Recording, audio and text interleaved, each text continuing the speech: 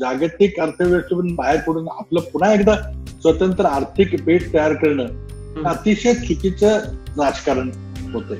त्यांच्या कालच्या भाषणामध्ये इतकी मोठी जुमलेबाजी होती आणि आपल्या उच्च शिक्षणाचा त्याचा इतका सुमार आहे की त्यामुळे उद्याच्या अर्थव्यवस्थेमध्ये आपण आंतरराष्ट्रीय कॉम्पिटिशनला तोंड देऊ शकतो का? राज्यकर्त्यांचं हे अपयश नाही का? या लोकांना आपल्या गावीत, आपल्या घरामध्ये, आपल्या राज्यामध्ये रोजगाराची साधनं उपलब्ध करून देता आली नाहीत. पण ही निवडणूक आम्ही लढवणार आहे, म्हणजे अमित शहा मॉडेलने लढवणार आहे. किती लोकांची वैयक्तिक कामं केली तर काही उपयोग नाहीये. शेवटच्या दिवशी पैसे आणि इतर गोष्टी ज्या निवडणुका असतात त्या महत्वाच्या आहेत आणि ते रोखण्याकरता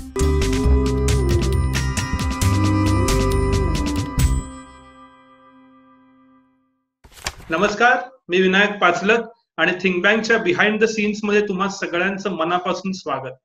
गेले कित्येक दिवस आपण वर्क फ्रॉम होम मुलाखती करतोय कोरोना आणि कोरोना नंतरचं जग या विषयावरती. थिंक बँकचा कायमच फोकस हा 3 गोष्टींवरती राहिला: राजकारण, समाजकारण आणि अर्थकारण. गेल्या 1.5 वर्षात थिंक बँकच्या सर्व प्रेक्षकांनी राजकीय अनालिसिस बघितले, इकॉनॉमिक अनालिसिस बघितले, मुलाखती बघितल्या आणि समाजकारणावरच्या मुलाखती बघितल्या. आज आपण एक स्टेप पुढे जातोय आणि आज आपण थेट राजकीय व्यक्तीशी बोलणार आहोत. ते कोरोना नंतरचं राजकारण कसं असेल, ओव्हरऑल थॉट लेवलला, पॉलिसी लेवलला काय बदल होतील, आणि तुम्ही स्क्रीनवर बघताय यासाठी आज आपल्या बरोबर आहेत महाराष्ट्राचे माजी मुख्यमंत्री, राज्यातलं एक महत्वाचा अभ्यासू व्यक्तिमत्व आणि देशाचा, जगाचा अनुभव असणारी व्यक्ती पृथ्वीराज चव्हाण सर. सर, तुमचं मनापासून स्वागत आमच्या चॅनलवरती. नमस्कार सर्व थिंक टँकच्या श्रोत्यांना माझा नमस्कार. सर, पहिला प्रश्न अर्थातच ऑब्व्हियस आहे. लोक म्हणायला लागलीत की कोरोना नंतरचं जग आणि कोरोना आधीचं जग अशी विभागणी झाली सगळ्या क्षेत्रांमध्ये. आम्ही गेल्या 50 दिवसात 21 मुलाखती घेतल्या, त्यात जवळपास सगळे अशी मांडणी करतात. यातनं राजकारण सुद्धा काही अपवाद ठरणार नाही. मला तुम्हाला हे विचारायचं आहे की कोरोना नंतरचं राजकारण कसं असेल, त्यात काही बदल होईल का पूर्वीसारखंच नाही? कोरोना नंतरचं राजकारण जगातलं आणि भारतातलं कसं असेल हे सगळं कोरोनाची परिस्थिती आणखी किती दिवस चालेल, त्याची तीव्रता वाढेल की कमी होईल याच्यावर अवलंबून आहे. आत्ताचे जे अंदाज आहेत ते कदाचित कोरोनाची लस शोधून, सर्वांना ती लस टोचून आणि कोरोनाला हद्दपार करायला कदाचित पुढचं वर्ष संपूर्ण लागेल आणि डिसेंबर 2021 पर्यंत तरी आपल्याला कोरोना सोबत राहावं लागेल. मग कोरोनाचा प्रभाव कमी अधिक प्रमाणामध्ये किती असला तरी आपल्याला जे आपल्या राहणीमानामध्ये आमूलाग्र बदल करावे लागतील, जे आता आपण करायला लागलो आहे. मोठ्या प्रमाणात वर्क फ्रॉम होम, मोठ्या प्रमाणात टेलिवर्किंग, मोठ्या प्रमाणात पर्सनल हायजीन आणि सोशल डिस्टन्सिंग वगैरे वगैरे सगळं करावं लागणार. त्याचबरोबर नंतर दुसरा महत्वाचा प्रश्न राजकारणाकडे वळण्यापूर्वी त्यानंतरचं कोरोना नंतरचं किंवा लॉकडाऊन नंतरचं, कोरोना नंतरचं म्हणणार नाही, कोरोना असणार आहे असंच आपण गृहीत धरतो, पण लॉकडाऊन नंतरचं अर्थकारण कसं असणार आणि त्या अर्थकारणावर मग राजकारणाची दिशा ठरणार आहे. हे का महत्वाचं आहे? राजकारण आणि अर्थकारण नेहमीच एकमेकाशी संबंध असतात, पण आता हे अधिक तीव्रतेनं आपल्याला त्याची पाहणी करावी लागणार आहे. कारण आज जे आता सध्या चर्चा चाललेली आहे की अर्थव्यवस्थेची चक्र पुन्हा कशी फिरवायची, अर्थव्यवस्था पुन्हा कशी सुरू करायची, त्याबद्दल सरकारची भूमिका काय असणार आहे. राज्य सरकारची भूमिका ही लिमिटेड असणार आहे, कारण त्यांच्याकडे उत्पन्नाची साधनच कमी येतील. जी असलेली साधनं आता सगळी आखलेली आहेत आणि त्यामुळं आंतरराष्ट्रीय पातळीवर इतर देश काय करतात, त्यामध्ये अमेरिका असेल, युरोप खंडातले देश असतील, प्रगत पाश्चिमात्य राष्ट्रांनी याबद्दल काय उपाययोजना केलेल्या आहेत.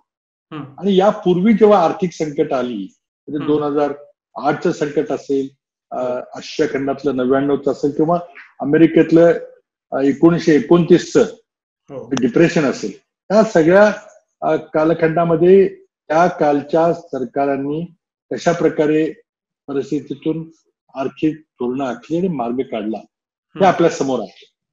आणि त्यातून ते एक स्पष्ट होते की सगळ्यांचेच उत्पन्नाचे स्रोत आखलेले आहेत, अर्थव्यवस्था ही संकुचित पावणार आहे, त्यामध्ये कुणाच्या मनात शंका नाहीये. एक पाकिट होतं IMFचं की भारताची अर्थव्यवस्था 2-1% वाढेल यावर्षी. चुकीचं आहे. मला बिलकुल त्याच्यावर विश्वास नाही. माझं बाकीत असं आहे की भारताची अर्थव्यवस्था देखील 1-2% आकुंचित पावेल.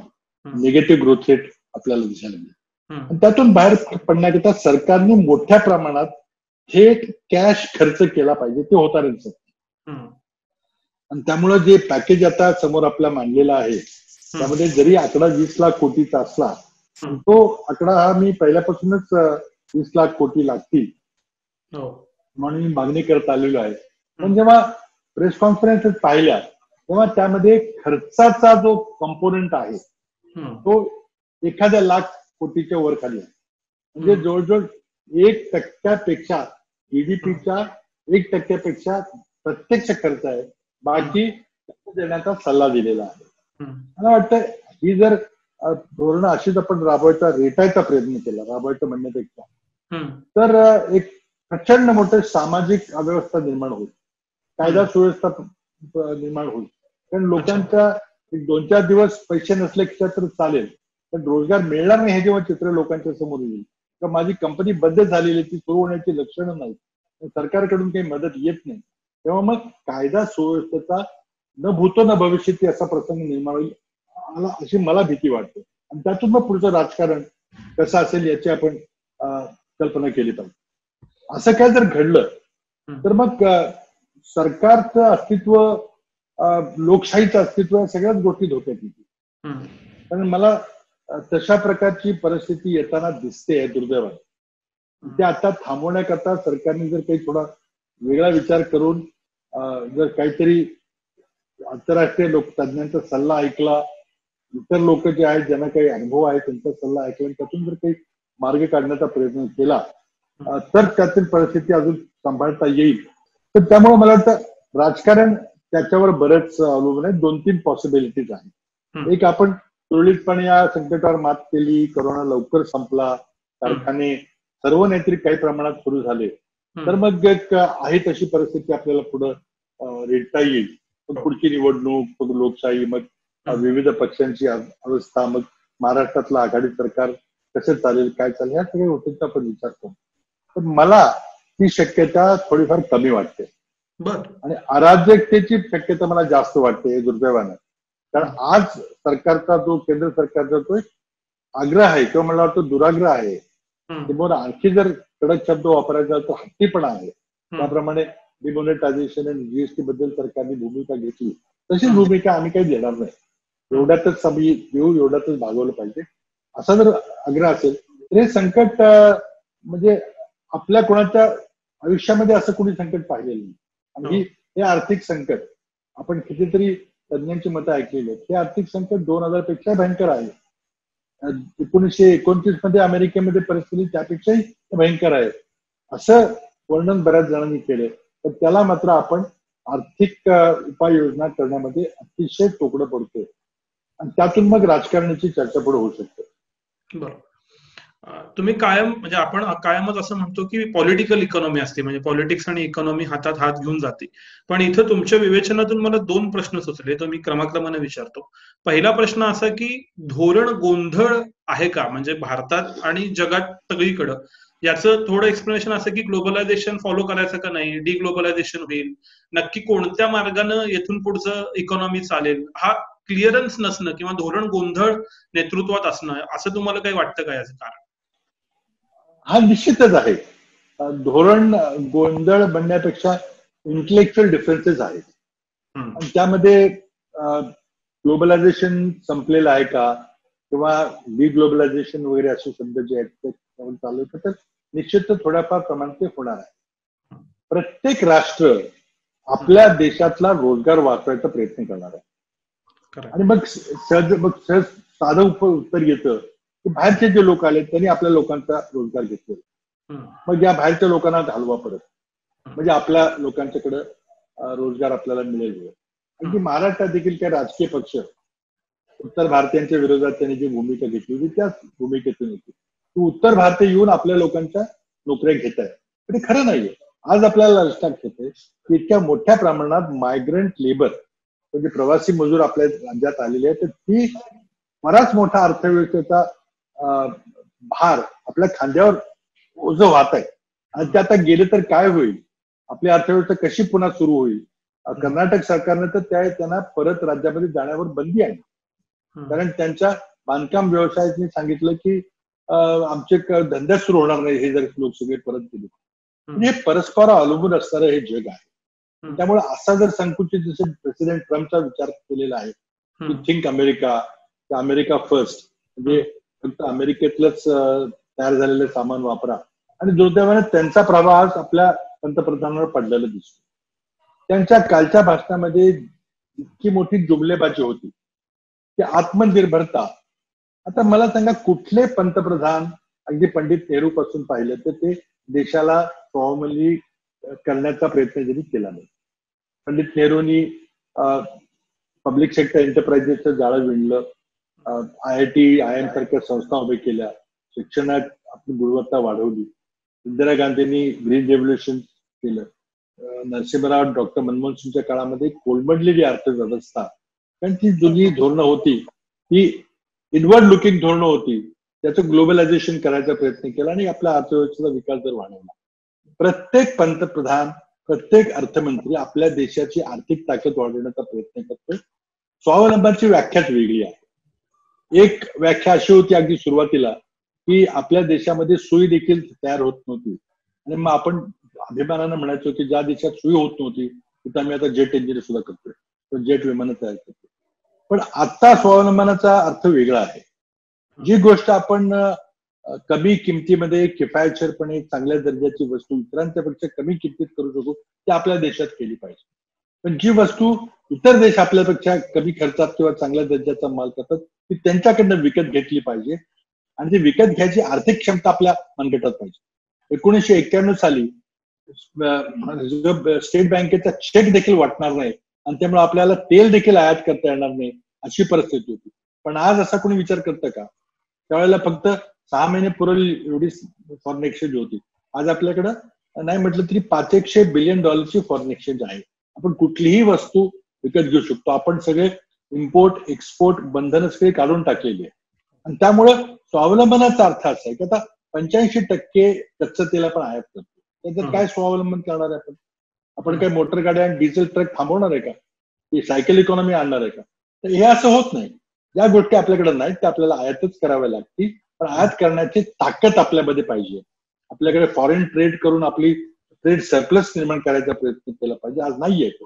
त्यामुळे मला वाटतं डिग्लोबलायझेशनचा विचार करणं किंवा जागतिक अर्थव्यवस्थेतून बाहेर पडून आपलं पुन्हा एकदा स्वतंत्र आर्थिक बेट तयार करणं अतिशय चुकीचं राजकारण होतंय. ते मोदी मला वाटतं त्या दिशेने चाललेले आहेत.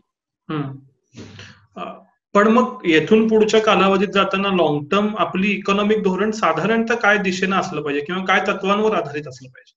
नाही, मला आता हे 2 कॅव्हिएट आपल्याकडे आहेतच की कोविडचं काय होणार आहे आणि आता लगेच शॉर्ट टर्म मध्ये जे सरकार सत्तेत आहे ते सरकार काय धोरणं आखणार आहे त्यावर राहील. पण माझा सल्ला असेल की आपण ज्या आर्थिक सुधारणांची घोषणा काल परवा केलेली आहे की तिथं सगळे सरकारी उद्योग खाजगी करून टाकायचे, डिफेन्स सेक्टरमध्ये आपण परदेशी कंपन्यांना आणायचं आत, आणखीन विकायचं. आज परदेशी कंपन्यांना आत आणायचं किंवा आपले सार्वजनिक संरक्षण खात्याचे उद्योग विकायचे, विकत घेण्याची क्षमता देशातल्या 4-5 उद्योगपतींच्याचकडे आहे. आणि ज्याला मोदींचे मित्र किंवा क्रोनी कॅपिटलिस्ट म्हणतात त्या लोकांनाच देण्याची व्यवस्था आहे काही. जसं अनिल अंबानींना रफेल विमानाचं कॉन्ट्रॅक्ट दिले गेले, तर बाकीचे कॉन्ट्रॅक्ट आणि ह्या यशस्वी कंपन्या आहेत काही जरी म्हटलं तरी त्या कंपन्या आपल्या मित्रांना विकायच्या मातीमोल किमतीमध्ये, कारण आता कोणीच पैसे खर्च करायला येणार नाही. आपण जरी टेंडर काढलं तर कोणी येणार नाही, कारण कोणाकडे पैसेच नाहीत. आणि हे बरोबर योग्य वेळ आहे स्वस्तात सरकारी उद्योग खरेदी करण्याची. असं केलं तर आम्ही त्याचा कडाडून विरोध करू. इतकंच काय तर संघाच्या देखील ज्या ट्रेड युनियन्स आहेत त्या देखील या धोरणांचा विरोध करतायत. म्हणजे म्हणून त्यामुळे हे अतिशय संकुचित आणि अविचारी पाऊल आहे. अगदी ज्याप्रमाणे नोटबंदी किंवा काही गर्दीत जीएसटी केलं तशाच प्रकारचा हा निर्णय आहे. सरकार हा निर्णय परत फिरवेल अशी अपेक्षा आहे. त्याबद्दल आम्ही आंदोलन आम्हाला करावं लागणार. आणि त्यामुळं कोविड आणि सरकारची तत्कालीन धोरणं तर लगेच आर्थिक धोरणं काय यावर पुढचं राजकारण ठरेल. माझं म्हणणं असं आहे की एकदम आपण मेक इन इंडिया किंवा बाहेरचा माल कमी करा, किंवा आता एक चुकीचं धोरण सरकारने जाहीर केलं की 200 कोटीच्या आतले सगळे टेंडर भारतातल्या कंपन्यांना दिली जातील. चुकीचं आहे. एक तर ते बहुतेक जागतिक व्यापार संघटनेच्या नियमावलीच्याच विरोधात जाते. त्यावर आता डिस्प्यूट वगैरे होतील ती गोष्ट वेगळी आहे. पण याचा अर्थ असा आहे की एखादी वस्तू जागतिक टेंडर आपण काढलं 200 कोटीचं किंवा 150 कोटीचं, आणि ती चीनमधून किंवा जपानमधून किंवा अमेरिकेमधून ती वस्तू जरी समजा 250 कोटीला मिळणार असेल तरी मी भारतातच ती घेणार म्हणून आपण ती 250 कोटीपर्यंत विकत घ्यायला तयार होणार. कशा करता? देशावर भुर्दंड का? तुम्ही ती गोष्ट आपल्या देशात तयार करायची क्षमता निर्माण करा. त्याकरता चांगलं मनुष्यबळ तयार झालं पाहिजे. आता कोविडच्या बाबतीमध्ये साधा टेस्ट किट देखील आपल्याला आपल्या देशात करता आलं नाही. आपल्याला चीनमधून मागवल्या लागलं, चीननी फालतू माल दिला आणि तो परत करावा लागला. आणि अजूनही देखील पर्याप्त प्रमाणात आपण टेस्टिंग करत नाही. आपण संशोधनामध्ये R&D मध्ये गुंतवणूकच केलेली नाही, आणि आपल्या उच्च शिक्षणाचा त्याचा इतका सुमार आहे की त्यामुळे उद्याच्या अर्थव्यवस्थेमध्ये आपण आंतरराष्ट्रीय कॉम्पिटिशनला तोंड देऊ शकू का? आणि ती चीनमध्ये किंवा जपान किंवा अमेरिकेत असं नाहीये. तर ती कॉम्पिटिशन आता south Korea, Vietnam, Indonesia, Ireland अशा देशाकडून होणार. आता दुसऱ्या एक गोष्ट बोलली जाते की जपानचे आता धंदे बंद व्हायला लागले. बिलकुल बंद होणार नाही. ते थोड्याफार प्रमाणात काही थोडेसे झालेले होते, आणि ते सगळे धंदे आता आपोआप भारतात येतील. पण भारतात लेबर स्वस्त आहे भारतात? बिलकुल नाही. कारण आज ईज ऑफ डुईंग बिझनेसचा जो सूचकांक जागतिक बँक प्रकाशित करते, आणि मोदी सरकारने जाहीर केले की आमचा 150वा क्रमांक होता तो 50वर आला. 50वर जरी आला तर याचा आता 49 देश आपल्या पुढे आहेत. त्यांना जर गुंतवणूक करायची असेल तर आधी त्या 49 देशांचा अभ्यास करतील. आणि मला वाटतं जे धोरण आमच्या सरकारने आतापर्यंत टाकलं होतं की आपली ताकद वाढवली पाहिजे, आर्थिक ताकद, आणि आपलं स्वावलंबनाचं धोरण चालू ठेवलं पाहिजे. पण एका बाजूला आपण परदेशी कंपन्यांनी इथे येऊन उद्योग करावा, म्हणजे परदेशी मालकीचे उद्योग आपल्या देशात तरी चालतील, पण आपल्या देशातल्या लोकांचा सरकारच्या मालकीचे उद्योग नको आपल्याला. हे काय धोरण आम्हाला समजत नाही. जसं आर्थिक राष्ट्रवादाच्या दिशेनं आपण चाललोय तसं राजकीय राष्ट्रवाद सुद्धा जगात सगळीकडे वाढताना दिसतोय. मग ते युरोपातले देश असेल, ब्रेक्झिट म्हणजे ब्रिटन असेल, जर्मनी असेल, अमेरिका, भारतात सुद्धा त्याच्याविषयी उल्लेख होतोय, जगातल्या प्रमुख देशात. तर या पॉलिटिकल नॅशनलिझमचं काय होईल पुढे? त्याला भर मिळेल? आता काय झालं की संबंधित जगामध्ये आपण जर पाहिलं तर राईट विंग इकॉनॉमिक्स, म्हणजे स्वतः ट्रम्प असतील किंवा फ्रान्समध्ये एक शक्ती, आता जरी मॅक्रॉन त्या विचारात नसले तरी तिथे मोठा प्रवाह आहे. टर्कीचे अध्यक्षांचं मत आहे, रशिया आणि चीनचं तर आहेच आहे. आणि त्या काही राईट विंग डेमोक्रेसी नाहीत, त्या लेफ्ट विंगच आहेत. पण एक पॉप्युलिस्ट डेमोक्रेसी आणि थोडंसं डिक्टेटोरियल ऑथॉरिटेरियनिझम याकडे देश थोडा झुकतोय, विशेषतः युरोप खंडामध्ये. ब्राझीलचं उदाहरण घेतलं तर आपल्याला दिसेल. 5-6 नेत्यांची नावं घेतली जातात, हंगरी असेल, ऑस्ट्रिया असेल. तर तिथं राईट विंग निवडणुकीच्या लोकशाहीच्या मार्गाने right wing, extreme right wing लोक सत्तेत आलेली आहे. आणि ही प्रक्रिया थोडीशी वाढत जाते का काय, अशा प्रकारची परिस्थिती निर्माण झालेली आहे. आणि त्याच प्रक्रियेचा एक भाग म्हणून आपल्या भारतामध्ये 2014ला राईट विंग एक्स्ट्रीमिस्ट असणारं सरकार किंवा आग्रही राईट विंग असणारं सरकार आलेलं आहे. त्यामध्ये राष्ट्रवाद, प्रखर राष्ट्रवाद वगैरे असे काही शब्द आपण वापरू शकतो. पण लिबरल डेमोक्रेसी पासून आपण दूर चाललेलो आहोत या लोकशाहीच्या प्रक्रियेमध्ये. मला वाटतं ही एक फेज आहे, एक सायकल आहे. ही सायकल देखील बदलेल जेव्हा या मार्गाने जाऊन काही उपयोग नाही असं लोकांना कळेल, तेव्हा पुन्हा लोक लिबरल डेमोक्रेसीकडे वळतील असं मला खात्री आहे. जसं देशाच्या बाबतीत झालं तशीच आता एक प्रकारचा अस्मितावाद हा राज्याचा तर होतोय पण जिल्ह्याचा पण होतोय, की आता माझ्या जिल्ह्यातला का बाहेरचा, माझ्या गावचा का शहरातला. म्हणजे कोरोना नंतर विशेषतः गेल्या 50 दिवसात माझं गाव पॅक, मग माझं जिल्हा पॅक, मग माझं राज्य पॅक, असं माणूस संकुचित होत चाललाय का सगळीकडे, आणि त्याचे काय परिणाम होतील राजकारणात? होतोय, निश्चितच होतोय. कारण काय झालंय की आजार हा असा आहे की हा बाहेरून विषाणू येतोय, बाहेरून येणारी माणसं तो विषाणू आपल्यावर आणतायत. आणि त्यामुळे एक सेल्फ प्रिझर्वेशनचं जे इन्स्टिंक्ट आहे, बाहेरचा माणूस आला तर तो मला इन्फेक्ट करेल, ही जी भीती आहे. त्यामुळं अगदी नातेवाईक देखील आपले मुंबईत जर आज ग्रामीण भागात येत असतील तर तुम्ही येऊ नका असं सांगितलं जाते. एक मोठा सामाजिक तणाव निर्माण झालेला आहे. त्यामुळं जिल्हा पॅक नव्हे तर गाव पॅक अशी परिस्थिती आहे की कुणी येऊ नये. कारण कुणाला अजूनही या आजाराचं खरं स्वरूप, वैज्ञानिक स्वरूप देखील कुणाला अजून सांगता आलेलं नाही. त्यामुळे आपण ढोबळ मानाने म्हणतोय की नाही, क्वारंटाईन करा, गावात येऊ नका, पण मुंबईत राहणं अशक्य झालेलं आहे. त्यामुळं मुंबईत रोजगार नाहीये म्हणून माणसं घरी येत आहेत. घरी आलं तर त्यांनी जायचं कुठं? अक्षरशः आज चर्चा चाललेली आहे की ग्रामीण भागामध्ये आपल्या गावी जर लोक परत आले आणि त्यांना घरी घ्यायला शेजारी जर तयार नसतील, घरची माणसं समजा एक वेळ तयार झाली तर शेजारी तयार नसेल की आमच्या गल्लीत किंवा आमच्या शेजारी या माणसाला, मुंबईच्या माणसाला आणायचं नाही, तर मग काय करायचं? मग अक्षरशः गावच्या शाळेमध्ये किंवा गावच्या वेडिंग हॉलमध्ये, लग्न मंडपाच्या सभागृहामध्ये, कार्यालयामध्ये आपण ठेवायचं का? चालेलं आहे सगळं. त्यामुळे हे थोडं होणार. आणि त्यामुळं कोरोना जर अशाच प्रकारे आणखी जर खूप वेळ आपल्या बरोबर राहिला तर अशा प्रकारच्या अफवा, रुमर्स, मध्यंतरीच्या काही काळामध्ये आपण पाहिलं, गेल्या आठवड्यामध्ये एका हिंदी वृत्तवाहिनीने टोमॅटोमध्ये एक रोग निर्माण होतो त्यामुळे कोरोना होतो अशा प्रकारचं बेजबाबदार वक्तव्य केलं. टोमॅटोच्या किमती एकदम कोसळल्या. तर त्यामुळं अशा गोष्टी थोड्याशा तात्कालीन काळामध्ये घडण्याची शक्यता आहे. त्यामध्ये सामाजिक तणाव वाढणार आहे. आणि रोजगाराच्या बद्दल, उद्योगाबद्दल बोललं तर समजा सगळे कामगार परत आले नाही तर काही कामगारांनी नोकऱ्या सोडून दुसरीकडे हे केले तर त्यामध्ये रनिंग उद्योग जे असतील त्यामध्ये अडचण निर्माण होणार आहे. त्यामुळे मग ऑटोमेशनकडे जाण्याचा एक मोठा त्याची वाढ होईल. ऑटोमेशन करणं, मशिनरी वापरणं. उदाहरण अगदी घ्यायचं झालं तर आमच्या पश्चिम महाराष्ट्रामध्ये ऊस हा मोठा ऊस उत्पादक शेतकरी मोठ्या प्रमाणात आहेत आणि मोठे कारखाने आहेत. तिथं बीडमधून, परभणीमधून, नंदुरबारमधून ऊस तोड कामगारांच्या टोळ्या आल्याशिवाय आमचे कारखाने सुरू होत नाही. कारण आमचे स्वतः आता गावातले लोक, ऊस उत्पादक शेतकरी आता स्वतः काही ऊस तोडत नाही, कामगारांची वाट बघत असतात. ते जर आले नाहीत तर मग त्यामुळे काय झालं की मग यांत्रिकीकरणाला सुरुवात झाली. ऑटोमॅटिक हार्वेस्टर लोकांनी घ्यायला सुरुवात केली. त्यामुळं बाहेरच्या टोळ्यांचा वापर थोडा कमी प्रमाणात पाहिजे.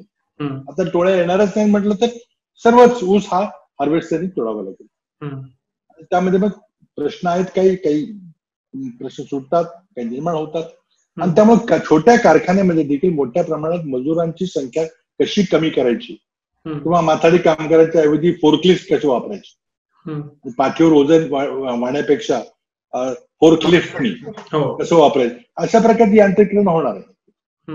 मला इथं एक तुम्हाला एक विशेष प्रश्न विचारायचा आहे की येथून पुढे धोरणकर्त्यांना खूप वेगळे पॉलिसी शिफ्ट्सना बघायला लागणार आहे. तुम्ही त्याचा उल्लेख करताय की हे राजकारण्यांच्या हातात आहे, म्हणजे धोरणकर्त्यांच्या हातात आहे की माझ्या राज्यामध्ये रोबोटिक्सला येऊ द्यायचं का मानवी रोजगारावरच भिस्त ठेवायची काही झालं तरी. तसाच प्रश्न उभा राहील की मी सर्व्हायव्हलन्स करू द्यायचा का नाही पब्लिक गुडसाठी, का प्रायव्हसीला भाव द्यायचा, आर्टिफिशियल इंटेलिजन्स कुठपर्यंत येऊ द्यायचा. हे सगळे नवीन प्रश्न या पुढच्या धोरणकर्त्यांना सोडवावे लागणार आहेत. त्यासाठी आपले धोरणकर्ते तयार आहेत. आपल्याला हे प्रश्न दररोज आपला हाताळायला लागतात. हा सर्वात मोठा प्रश्न आजचा लॉकडाऊनच्या बद्दलचा प्रश्न, लाईव्ह और लाईव्हलीहुड, जीव वाचवायचा का रोजगार वाचवायचा. आणि प्रत्येक देश यामध्ये काही निर्णय घेतोय, काही चुका निश्चित होतील. आता अमेरिकेसारख्या बऱ्याच राज्यांनी आपली इकॉनॉमी उघडायचा निर्णय घेतलेला आहे. स्वीडन सारख्या देशांनी इकॉनॉमी बंदच केली नव्हती, कारण फक्त ते म्हणजे आम्ही लोकांना समजावून सांगून आम्ही सोशल डिस्टन्स पाळू, आमचे लोक शिस्तबद्ध आहेत ते पाळतील. तर त्यामुळं या समस्या, द्विधा मनस्थिती ही प्रत्येक बाबतीत आपल्याला सामोरे जावं लागणार आहे. कमी लोकांनी मी काम करेन ही एक भावना असेल तर ते शक्य होणार नाही, कारण एका दिवसात किंवा अगदी थोड्या वेळामध्ये रोबोटिक्स किंवा ऑटोमेशन आणता येईल हे काही शक्य नाही. पण त्या दिशेनं नक्कीच प्रवास सुरू होईल. कारण ऑटोमेशन आणायचं म्हटलं तर त्याला कॅपिटल इन्व्हेस्टमेंट पाहिजे. तेवढे पैसे मिळतील का, तेवढे आपलं स्वतःचं कॅपिटल उभं राहिलं का, ते आज शक्य नाहीये. त्यामुळं पण एक गोष्ट आहे की अगदी चांगली ट्रेंड मॅनपॉवर तयार असली तरच तुम्हाला आंतरराष्ट्रीय स्पर्धेमध्ये आणि राज्यांच्या स्पर्धेमध्ये टिकता येईल. त्यामध्ये महाराष्ट्र खरोखरीच कमी मागे पडलेला आहे. अगदी आपला प्राथमिक शिक्षणाचा अभ्यासक्रम जरी घेतला इतर राज्य आपल्या मागे जातात. आज IIT मध्ये प्रवेश करण्याची संख्या महाराष्ट्रापेक्षा बऱ्याच छोट्या राज्यांची आपल्यापेक्षा जास्त आहे. कारण आपलं माध्यमिक शिक्षण जे आहे ते अगदी सुमार दर्जाचं झालेलं आहे. शिक्षकांचा दर्जा कमी आहे आणि त्यामुळे स्पर्धेत आपण टिकू शकत नाही. हे लवकर आपण सुधारलं पाहिजे.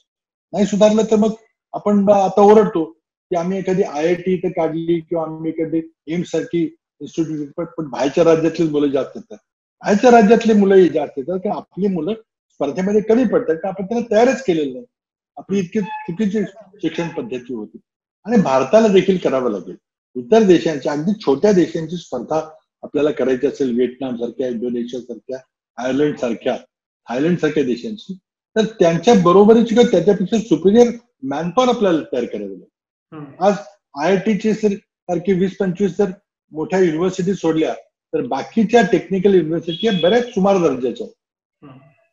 आज डॉक्टरांचं जर एम्स किंवा अशा काही राज्य युनिव्हर्सिटी मधले मेडिकल कॉलेजेस पाहिले तर इतर कॉलेजेसचा दर्जा सुमार आहे. हे आपल्याला चालणार नाही. आपल्या पहिल्या 200 विश्वविद्यालयामध्ये आपलं एकही विश्वविद्यालय नाही असं आपण नेहमी म्हणतो. त्यामध्ये थोडा फरक व्हायला लागलेला आहे, पण अजून काही म्हणावं तसा फरक झालेला नाही. आणि नेतृत्व करण्याकरता, राजकारण करण्याकरता, अर्थकारण करण्याकरता हे ह्युमॅनिटीज डिसिप्लिन मधलं नेतृत्व तयार झालं पाहिजे. सोशल सायन्सेस मधलं नेतृत्व तयार झालं पाहिजे. तिकडे आपण संपूर्ण दुर्लक्ष केलं. पण सोशल सायन्स मध्ये नोकऱ्या मिळत नाहीत.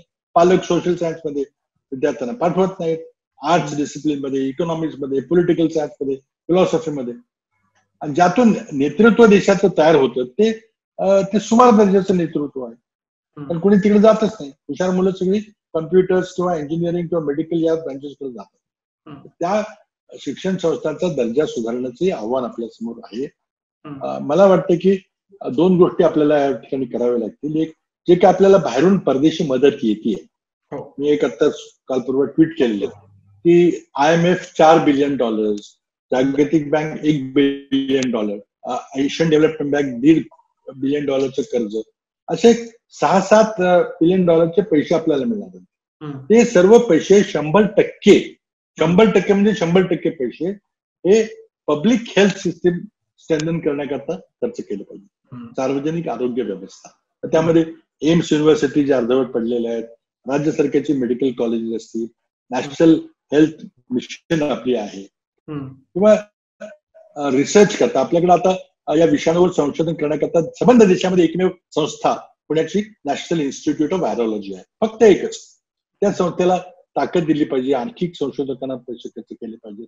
मला आठवते की मी विज्ञान तंत्रज्ञान खात्याच्या केंद्रात मंत्री असताना जवळजवळ 0.9% किंवा जवळजवळ 1% जवळपास आपण R&D वर आपल्या देशाच्या एकूण अर्थव्यवस्थेच्या आकारमानाच्या 1% जवळजवळ आपण R&D वर खर्च करतो.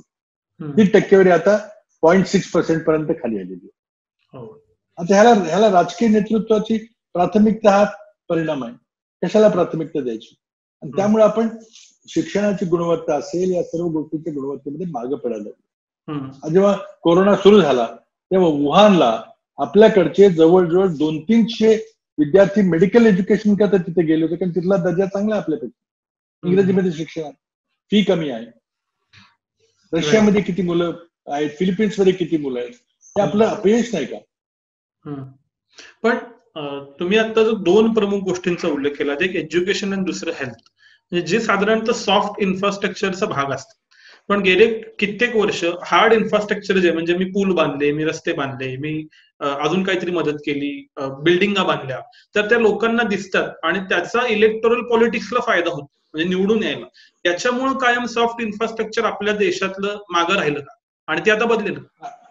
अगदी 100% आपलं मागे राहिलं. किंवा टच अँड फील इन्फ्रास्ट्रक्चर जे आहे, की पूल आहे, मी त्याची फीत कापू शकतो, जिथं रस्त्यानं वेगानं जाऊ शकतो, वेळ कमी लागतो, किंवा मेट्रो मी केली, किंवा विमानतळ मोठं बांधलं, आणखी विमानं सुरू केली, तर यामध्ये प्रत्येक राज्यकर्त्याला दाखवण्यासारखं काम करता येतं. की मी मुंबई पुणे एक्सप्रेसवे बांधला, मी आता समृद्धी महामार्ग बांधतोय, माझ्यामुळे लवकर जाता येईल. आणि पण शिक्षण व्यवस्था, शिक्षणाची गुणवत्ता, चांगले शिक्षक घेतले, त्यांना चांगलं प्रशिक्षण दिलं, हे कोणाला दिसत नाही आणि त्या इमिजिएट त्याचा परिणाम काय होत नाही. पण शिक्षणातली गुंतवणूक, पब्लिक हेल्थ मधली गुंतवणूक ही केव्हाही या हार्ड इन्फ्रास्ट्रक्चरपेक्षा जास्त लाभकारक असते सगळ्या जगात झालेलं आहे. आज केरळ आपल्या पुढे प्रत्येक बाबतीत आहे, कारण ते केरळमध्ये महिलांच्या साक्षरतेचं प्रमाण हे जवळजवळ 95-96% आहे. तिथं बाल जन्मदर हा सगळ्यात कमी आहे. उलट युरोप खंडासारखा त्यांचा जन्मदर कमी आहे. ते काही शस्त्रक्रिया करून किंवा आणखी काय करून काय होत नाही. ते फक्त महिला साक्षरतेमुळे आणि महिला शिक्षणामुळे होतं. या गोष्टीवर आपण भर दिला पाहिजे, लक्ष दिला पाहिजे. म्हणूनच युनायटेड नेशन्सने सस्टेनेबिलिटी गोल्स, डेव्हलपमेंट गोल्स वगैरे करायचा जो प्रयत्न केलेला आहे. आपण प्रगती केलेली नाही असं नाही, पण आता सर्वात मोठी गोष्ट आहे की या कोरोना क्रायसिसमध्ये इतक्या मोठ्या प्रमाणामध्ये उत्तर भारतातल्या राज्यातून युपी असेल, बिहार असेल, बंगाल असेल, ओरिसा असेल, छत्तीसगड, झारखंड असेल, इतक्या मोठ्या प्रमाणात माणसं मुंबईला कामा करता येतात. या राज्यकर्त्यांचं हे अपयश नाही का? या लोकांना आपल्या गावीत, आपल्या घरामध्ये, आपल्या राज्यामध्ये रोजगाराची साधनं उपलब्ध करून देता आली नाहीत. त्यांना त्याच्याबद्दल भूषण वाटतं. हे संपूर्ण तिथल्या राजकारणाचं अपयश आहे. पण आता पब्लिक फोर्स म्हणजे कोणत्याही राजकारणावरती जेव्हा पब्लिक प्रेशर येतं तेव्हा प्रायोरिटीज बदलाव्याच लागतात. आता ते बदलतील का? कारण पब्लिक प्रेशर प्रचंड असेल. हेल्थ एज्युकेशनची किंमत कळली का लोकांना? नाही, ते अजूनही येणार नाही. अजूनही काय शिक्षणाचा अर्थ म्हणजे किती जणांना नोकऱ्या लागल्या. म्हणजे माझ्या कमी शिकलेल्या शिक्षकाला माझ्या मतदारसंघातल्या शिक्षकांना नोकरी लागली का? त्याची सोयीप्रमाणे बदली झाली का?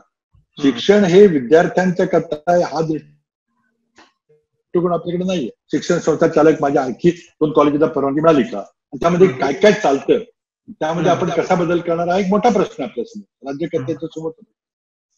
मेडिकल कॉलेजेसमध्ये देखील जे खाजगी मेडिकल कॉलेज आहेत त्यांनी आपला दर्जा वाढवणं गरजेचं आहे. जो सार्वजनिक मेडिकल कॉलेजेसचा आहे तो. हे आपण काय करू शकत नाही. आज IIT आणि IIM एक आंतरराष्ट्रीय ब्रँड झालेले आहे. तसं मेडिकल एज्युकेशन मध्ये आपले का ब्रँड तयार झाले? आपण अजूनही बाहेरच्या देशात का जातो? तर मला वाटतं यामध्ये आपल्याला मूलभूत विषयावर चर्चा करावी. अजूनही निवडून येण्याचं जे प्रेशर आहे त्या प्रेशरमध्ये रस्ताच महत्वाचा आहे, नळ पाणी पुरवठा योजना महत्वाची आहे. तरी शाळेच्या खोल्या असल्या तरी बाबा माझ्या गावात शाळेच्या खोल्या आल्या, पण त्यामध्ये शिक्षक चांगला आहे की नाही त्याची काही मला चिंता नाहीये, फक्त खोल्या बांधल्या कमी. तर अशा प्रकारचं एक प्रेशर अजूनही आहे. पण त्यालाच आपण एनलायटन्ड आणि व्हिजनरी लिडरशिप म्हणतो. तुम्हाला एवढं मोठं प्रचंड बहुमत मिळालेलं आहे तर कुणी काही म्हणणार नाही. तुम्ही जर शिक्षणावरचा खर्च दुप्पट केला किंवा सार्वजनिक आरोग्याचा खर्च दुप्पट केला तर कोणी काही बोलणार नाही, कारण आता काहीच कुणी करू शकत नाही. यावेळेला जेव्हा इतकं प्रचंड बहुमत आलेलं आहे त्यावेळेला जर तिथं व्हिजनरी लिडरशिप असते तर हे प्रश्न तुला झाले असते. आज आपण सिंगापूरच्या ली क्वान यूचं नाव घेतो. डिक्टेटोरियल त्यांनी राज्य चालवलं, पण आज भारताचं पर कॅपिटा इन्कम हे $2000 आहे. चीनचं 10,000 आहे आणि सिंगापूरचं 34,000 आहे. एकेकाळी सिंगापूर म्हणजे मुंबई सारखं त्यांना माहिती त्यांची एस्पिरेशन होती. पण एक व्हिजनरी लिडरशिप असेल तर ती डिक्टेटोरियल जरी असली तरी व्हिजनरी लिडरशिप काय करू शकते आपण या देशामध्ये पाहिलं. अगदी व्हिएतनाम सारखा देश हा. आज बांगलादेशने आपले प्रश्न सोडवायला सुरुवात केलेली.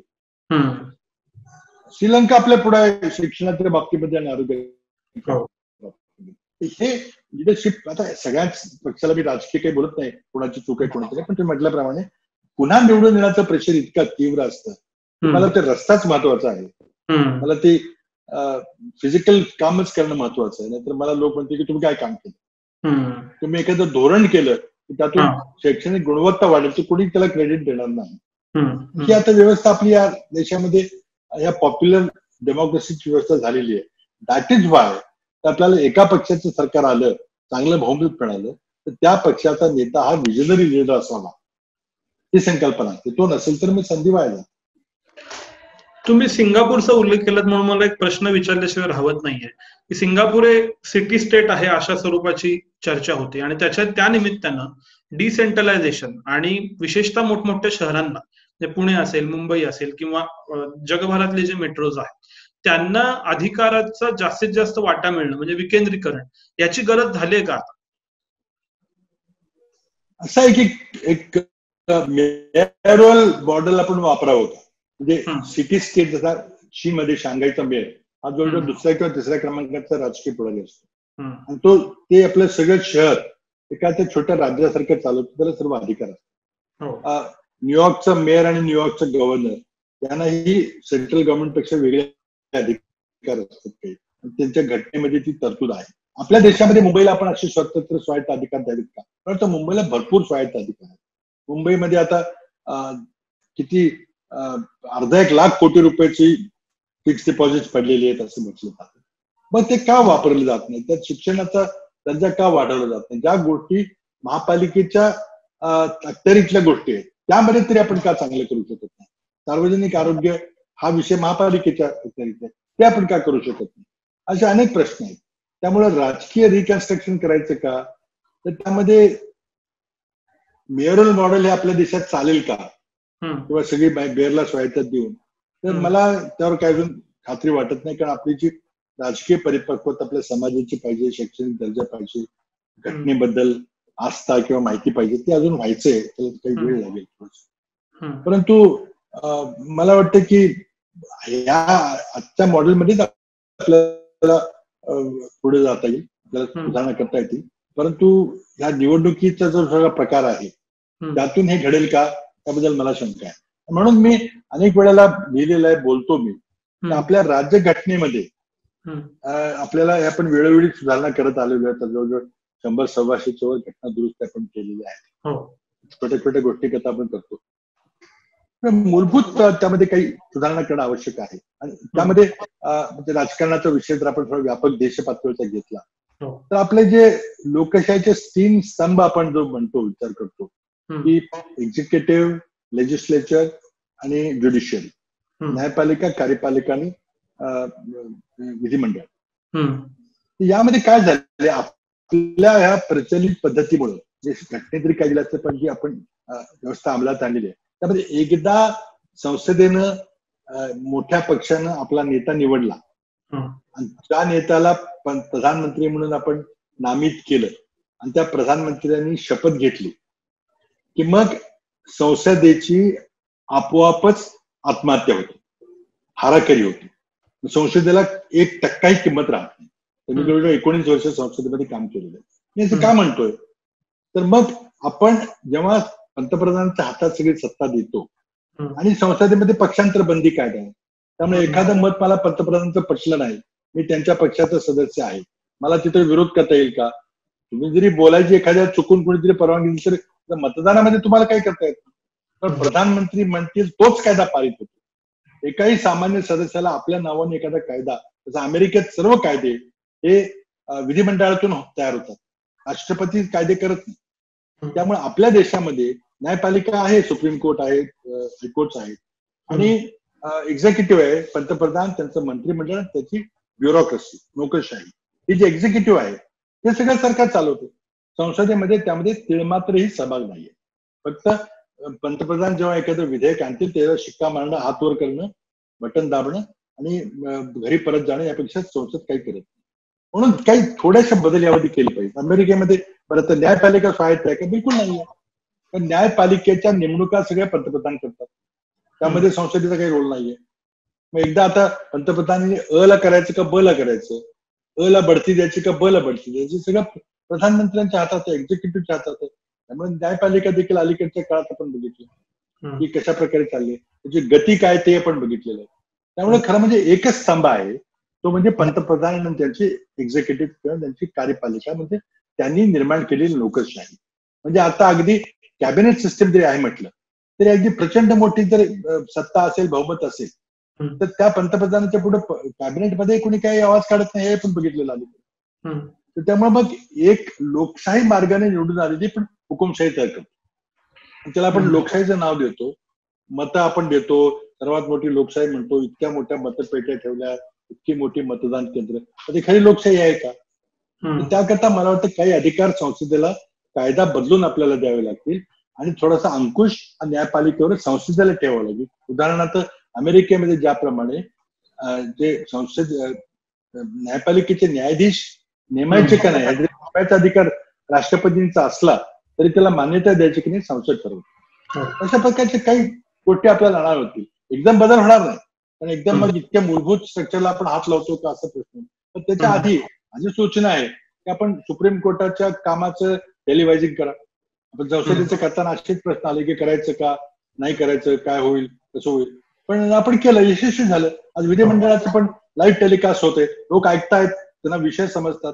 मग आता संसदीय कमिट्या ज्या आहेत त्या कमिटीचं लाईव्ह टेलिकास्ट केलं पाहिजे. आपण अमेरिकेतलं समित्यांचं, संसदीय समित्यांचं लाईव्ह टेलिकास्ट रोज बघतो कसं चाललं, किती त्याला स्वायत्तता आहे. त्यातून आपल्याला नेतृत्व ओळखता येतं की कोण माझा खासदार तिथं बोलतोय का नाही हे आपल्याला कळतं. छोट्या छोट्या गोष्टी आपल्याला करता येतील. 2 सूचना की सर्वोच्च न्यायालयाचं टेलिकास्ट, काही ठराविक केसेस त्या कॉन्स्टिट्युशनल केसेस असतील त्या केल्या पाहिजे. आणि पार्लमेंटचं काम ज्याप्रमाणे टेलिकास्ट करतो तसं संसदीय समितीचं काम आपण टेलिकास्ट केलं पाहिजे आणि संसदीय समितीला अधिक अधिकार दिले पाहिजे. तिसरा तुम्ही बोलताना आता एक उल्लेख आला तो म्हणजे प्रशासनाचा. आणि गेले 50 दिवस, विशेषतः गेले 20-25 दिवस हा एक मुद्दा खूप चर्चेत आलाय की प्रशासन आणि राजकारणी यांच्यातले संबंध आणि नक्की ते कसे असणार. आपली जी आपण IAS ची व्यवस्था केलेली आहे, ICS पासून घेऊन आपण केली आहे, स्टील फ्रेम बनतो. त्यामध्ये काही बाहेरच्या राज्यातील माणसं आपण आवर्जून घेतो, म्हणजे त्यामधून एक देश असावा अशी भावना निर्माण व्हावी, त्याच संकल्पना आहे.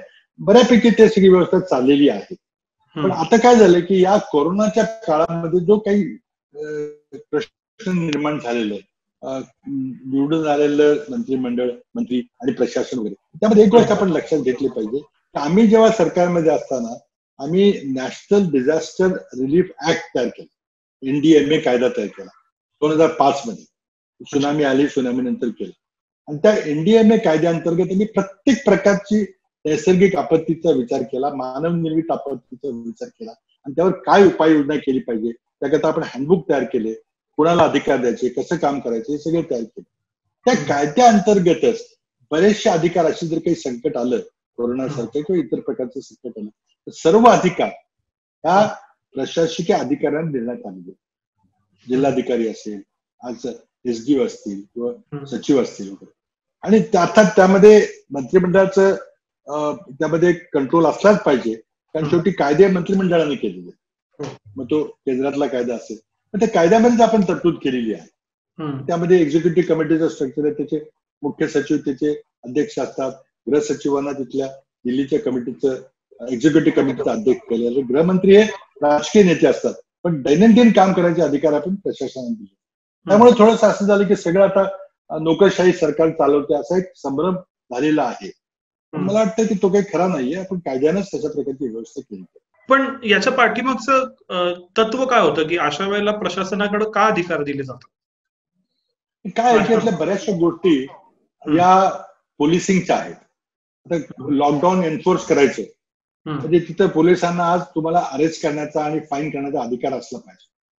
तो अधिकार लोकप्रतिनिधी वापरू शकत नाही. आपण त्यांना तो अधिकार तरच ते लॉकडाऊन यशस्वी होईल. दारूच्या दुकानाच्या पण रांगा राहिल्या, लगेच तिथं दारूची दुकानं बंद करण्याचे अधिकार होते. ह्या सगळ्या गोष्टी आमदार, खासदार किंवा मंत्री महोदयांना करण्याचा नाही, तर रस्त्यावरची लॉ अँड ऑर्डर मेंटेन करायचा अधिकार आपण पोलिसांना दिलेला आहे किंवा तिथल्या जिल्हाधिकाऱ्यांना दिलेला आहे. त्यांनी तो निर्णय घ्यायचा आहे. आणि त्यामुळे मला वाटतं तात्कालीन कायदा सुव्यवस्था राखणं ही जबाबदारी आपण कायद्यानेच पोलीस यंत्रणेकडे दिलेली आहे, जिल्हाधिकारी आणि प्रशासकीय अधिकाऱ्यांकडे दिलेली आहे. त्यात फक्त एवढंच आहे की ते अंमलात, आपली ताकद अंमलात आणताना कुठेतरी व्यवहाराचा विचार करून आणि जे तळागाळात काम करणारे लोकप्रतिनिधी आहेत त्यांच्या बरोबर समन्वय साधून केला पाहिजे. आता जेव्हा निवडणूक असते तेव्हा प्रशासकीय अधिकाऱ्यांना सर्व अधिकार मिळतात. काही अधिकाऱ्यांना त्यात मजा वाटते की आपण या आमदाराला किंवा खासदाराला कसं उभं राहायला लावलं किंवा त्याचं कसं आपण ऐकत नाही वगैरे, पण ते तात्कालीन एक क्षणभंगूर आहे.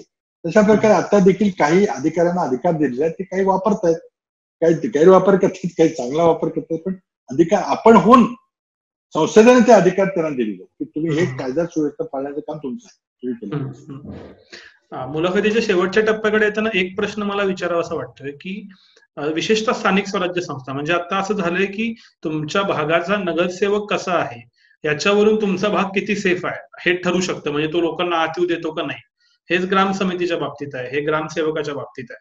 तर ह्या ज्या स्थानिक स्वराज्य संस्था आहेत इथं चांगलं नेतृत्व अधिक यामुळे भविष्यात येऊ शकतं का? म्हणजे लोकांची डिमांड वाढू शकते का, की माझ्या भावाला नगरसेवक करण्यापेक्षा माझ्या गल्लीतल्याला करण्यापेक्षा जो हुशार आहे त्याला करू, असं घडू शकतं? असं नाही होणार. पण आता काय झालं की आता गेल्या काही निवडणुका आपण पाहिल्या तर पैशाचा इतका प्रचंड गैरवापर होतोय की तुम्ही तिथे किती विकास केला, तुम्ही किती चांगलं काम करू शकता, विधिमंडळामध्ये तुम्ही भाषण करू शकता, कायदे मांडू शकता, याचा काही अर्थ नाही. आज जो पैसे तिथे जास्त होतील तो निवडून येतो. ही प्रक्रिया गेल्या काही दिवसामध्ये, विशेषतः मागच्या सरकारच्या काळामध्ये अधिक बळावली. म्हणजे पूर्वी होत नव्हतं असं नाहीये, पण आता निवडून येण्याकरता फक्त पैसे लागतात. म्हणजे काही भाजपामध्ये काही RSS ची संघटना आहे, RSSच्या संघटनेने सगळे काही त्याचा उपयोग नाहीये. ते खरं तुम्ही भाजपच्या जे इलेक्शन मॅनेज करतात त्यांना विचारलं, ते म्हणतात, सरळ सांगतात, त्यांना करायचं करून द्या, वी विल टॉलरेट देम, पण ही निवडणूक आम्ही लढवणार आहे, म्हणजे अमित शहा मॉडेलने लढवणार आहे. ते तो प्रकार आता इतका वाढलाय की निवडून येण्याकरता तुम्ही केलेलं काम, तुम्ही किती लोकसंपर्क ठेवलेला आहे, किती लोकांची वैयक्तिक कामं केली, तर काही उपयोग नाहीये. शेवटच्या दिवशी पैसे आणि इतर गोष्टी ज्या निवडणुका असतात त्या महत्वाच्या आहेत आणि ते रोखण्याकरता आपल्याला करता येईल. शेषन जेव्हा मुख्य निवडणूक आयुक्त होते तेव्हा त्यांनी बराचसा कंट्रोल आणला होता, पण आता होत नाही ते. आता निवडणूक आयुक्ताची नेमणूकच आणि त्यांचे जे घेतलेले निर्णय आहेत ते इतके संशयास्पद आहेत. त्याची यंत्रणा ही इतर संस्थांसारखी अगदी सुप्रीम कोर्टापासून सर्व घटनात्मक ज्या तरतुदी आहेत किंवा ज्या व्यवस्था आहे त्यावरच प्रशिक्षण निर्माण झालेलं आहे. आणि that is where visionary leadership is important. तात्पुरता मला फायदा मिळतोय, माझ्याकडे आता आर्थिक ताकद आहे, मी वापरू शकतो, त्यामुळे देशाचं नुकसान होत आहे, ते होऊ द्यायचं का? हाच त्यातला फरक आहे. मी मुलाखतीच्या शेवटच्या प्रश्नाकडे येताना मला एकच विचारावं वाटतंय की हे संकट आहे सगळ्यांना मान्य आहे, पण उत्तम राजकारणी कायम संकटात संधी शोधतो असं म्हणतात आणि आजपर्यंत ते घडत आलंय. म्हणून मला तुम्हाला विचारायचंय की ह्या संकटातून कोणत्या प्रमुख संधी तुम्हाला दिसत आहेत की ज्या आपण घ्यायला हव्या? 2-3 गोष्टी आहेत की या संकटातून बाहेर पडताना आपण एक मनाशी खुणगाट बाटली पाहिजे की जगामध्ये जी घडी स्पर्धा निर्माण होणार आहे देशांतर्गत, राज्यांतर्गत, आपण आपल्या महाराष्ट्रामध्ये एक गुणवत्तावान अशी जर मॅनपॉवर तयार करण्याकडे लक्ष दिलं, आपल्याला नॉलेज इकॉनॉमी करायची आहे, पण आपल्याला नैसर्गिक संपदा आपल्याकडे कमी आहे. मगाशी सांगितलं की 85% कच्चं तेल आपल्याला आयात करावं लागतं, आपल्याकडे खनिज नाही, सोनं नाही, चांदी नाही, तांब नाही, काही खनिजे पण नाही.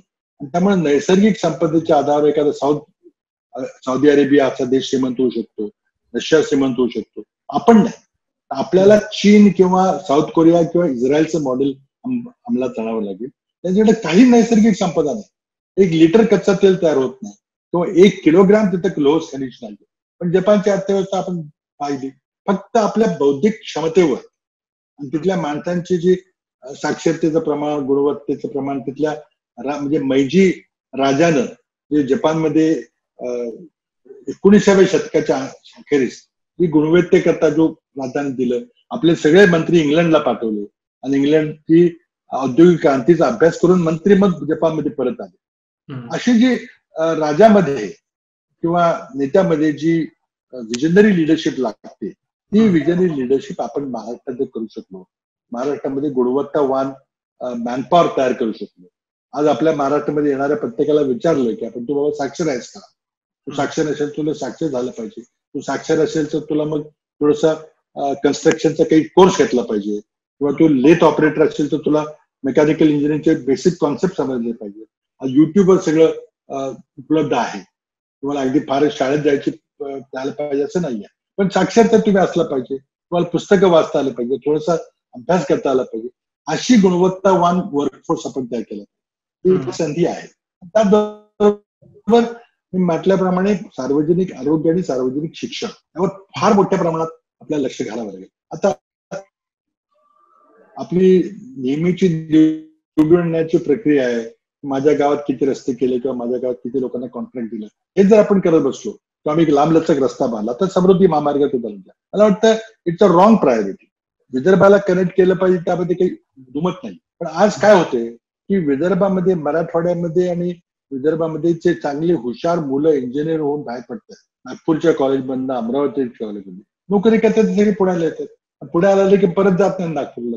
हा जो ब्रेन ड्रेन होतोय त्यांचा, ते का होतोय? कारण आपण औद्योगिक मागासलेपणा सांभाळा, आणि त्याकरता 2-3 मोठे सार्वजनिक उद्योग विदर्भात आणि मराठवाड्यात यायला पाहिजे होते. मी 2 उद्योग आणण्याचा प्रयत्न केला. अमरावतीला भारत डायनामिक्सचा क्षेपणास्त्र निर्मिती कारखाना असेल, किंवा भंडाऱ्याला भारत हेवी इलेक्ट्रिकलचा कारखाना असेल. मी पायाभरणी केली, पुढे काही झालं नाही. ही संधी आहे की आपल्या बॅकवर्ड रिजन मध्ये आपण औद्योगिकरणाचा पाया घातला पाहिजे, आणि त्याचबरोबर एक गुणवत्तावान मनुष्यबळ तयार केलं पाहिजे. ती करता येणं शक्य आहे, पण त्याकरता प्राथमिकता आपल्या बदलल्या पाहिजे. ते नाही बदललं तर मग इतर राज्य आपल्या पुढे निघालेली. आता महाराष्ट्र नंबर 1 इकॉनॉमी आणि मुंबई ही देशाची आर्थिक राजधानी हे राहिलेलं नाही. आंतरराष्ट्रीय पाहणी अहवालामध्ये मुंबई नाही तर दिल्ली ही भारताची आर्थिक राजधानी असा अहवाल यायला सुरुवात झाली. आपण किती त्याला नकार दिला तरी तो ऑक्सफोर्ड इकॉनॉमिका सारख्या संस्थेचे अहवाल हे आंतरराष्ट्रीय गुंतवणूकदार तो अहवाल वाचतात. आपले मुख्यमंत्री काय बोलतात त्याच्यावर हे माझं मागच्या मुख्यमंत्र्यांच्या बद्दल हेच वाद होतात. ते म्हटले नाही, हा अहवाल आम्हाला मान्य नाही. तुम्हाला मान्य नसेल तर आंतरराष्ट्रीय लोक तोच अहवाल पाहतात. तुम्ही काय म्हणता त्याकडे ऐकत नाही. तर त्यामुळं अशा गोष्टी आहेत. हा विजनरी लिडरशिप आली पाहिजे, पण आता ती निवडून कशी आणायची? ते एका पक्षाकडे आहे, दुसऱ्याकडे नाहीये. तो ज्याच्याकडे आहे तो निवडून कसं येणार? पण निवडून येण्याकरता वेगळंच कौशल्य लागतं. सर, तुमचे खूप खूप आभार. आंतरराष्ट्रीय राजकारण ते अगदी गाव पातळीवर काय घडतंय या सगळ्याविषयी तुम्ही बोललात, भरभरून बोललात, आणि कोणताही पक्षीय अभिनिवेश न ठेवता एक वेगळ्या दर्जाची चर्चा आज आम्हाला करायला मिळाली. आणि याबद्दल आणि तुम्ही आवर्जून वेळ दिल्याबद्दल संपूर्ण थिंक बँकच्या टीम तर्फे तुमचे मनापासून आभार. खूप खूप आभार. विनायकजी नमस्कार, धन्यवाद, थँक्यू. थिंक बँकचे सर्व एपिसोड आता ऐका स्टोरीटेल या ॲपवर. 30 दिवसांचे मोफत सबस्क्रिप्शन मिळवण्यासाठी डिस्क्रिप्शनमधील www.storytel.com/thinkbank या लिंकला भेट द्या.